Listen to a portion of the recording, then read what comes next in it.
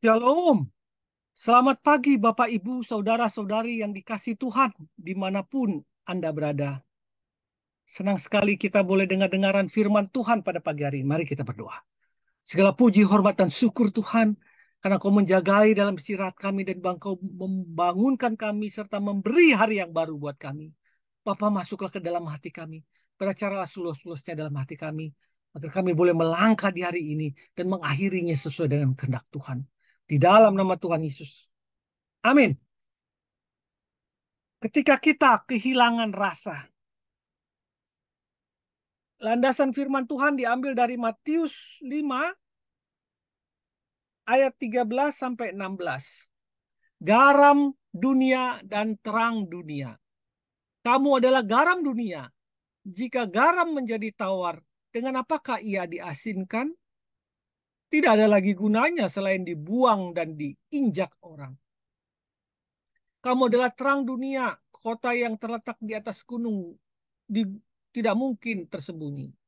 Lagi pula orang tidak menyalakan pelita lalu meletakkannya di bawah gantang, melainkan di atas kaki dian sehingga menerangi semua orang di dalam rumah itu. Demikianlah hendaknya terangmu bercahaya di depan orang supaya mereka melihat perbuatanmu yang baik dan memuliakan Bapamu yang di surga. Pagi itu saya ke pasar bersama ibu karena kami harus membeli bahan-bahan yang harus kami masak untuk sebuah acara keluarga. Karena langganan di mana saya biasanya berbelanja bumbu-bumbu kebetulan tidak buka, maka saya berbelanja di tempat lain. Yang melayani saya adalah seorang ibu yang belum begitu tua. Sambil memasuk-masukkan barang belanjaan kami, ia menghitung harganya. Dia menghitung begitu cepat, sehingga ada bagian yang tidak cocok dengan harga yang kami sepakati. Kemudian dengan sopan saya meminta agar ibu itu bersedia menghitung kembali. Takut salah, Bu, kata saya. Di luar dugaan saya, ibu itu menanggapi dengan penuh emosi. Saya di sini sudah jualan sekian tahun. Saya tidak mungkin bohong. Saya tidak bermaksud begitu, Bu, kata saya.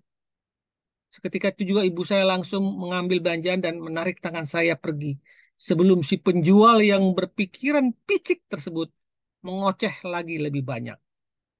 Itu adalah sepenggal cerita di mana kita bisa melihat tingkah laku si penjual tadi yang bisa dikatakan orang yang memiliki empedu yang sangat kecil. Kenapa? Ini adalah sebuah kiasan bagi orang yang berpikiran sempit dan tidak bisa bergaul dengan sesama, sehingga ia akan mudah sekali merasa tersinggung, merasa terluka, merasa marah dan menutupi diri karena masalah yang sepele. Sifat ini membuat seseorang tidak disukai dan kemudian dijauhi orang.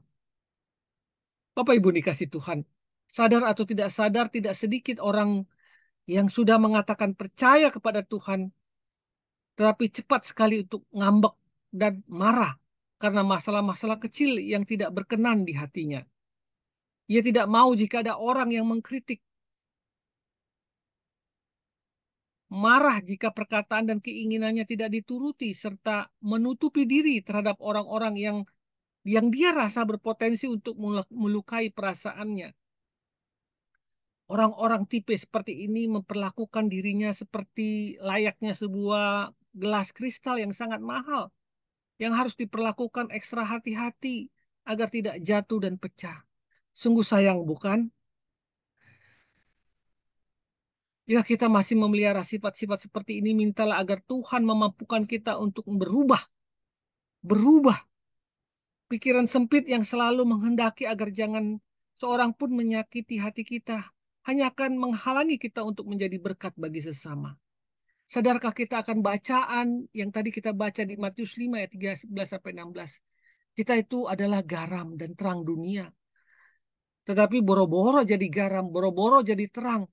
Diri kita sendiri malah jadi batu sandungan buat orang lain. Untuk itu berubahlah. Kita akan seperti garam yang kehilangan rasa kalau kita tidak berubah. Hambar dan tidak bisa menggarami sekeliling kita.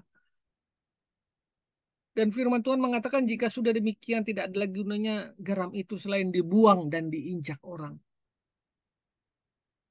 Biarlah kita belajar bersikap lebih dewasa dalam segala hal. Berbesar hati menghadapi situasi-situasi yang tidak kita inginkan. Sabar dan tidak menunjukkan sikap apatis kepada seseorang yang mengecewakan kita. Buanglah sifat kekanak-kanakan, yaitu cepat tersinggung, cepat marah, cepat ngambek, karena itu akan merusak citra diri kita sendiri, yang adalah garam dan terang dunia diciptakan Tuhan.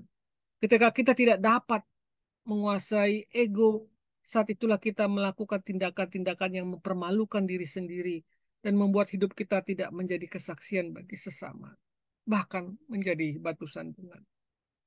Mari kita berdoa. Bapa, mampukan aku untuk membuang sifat-sifat yang tidak baik di dalam diriku. Pakailah hidupku menjadi saksimu. Dalam nama Tuhan Yesus aku mohon. Amin. Karena sikap seseorang disenangi. Karena sikap juga seseorang dibenci. Selamat pagi, selamat berkarya. Tuhan Yesus memberkatimu. Amin. Amin.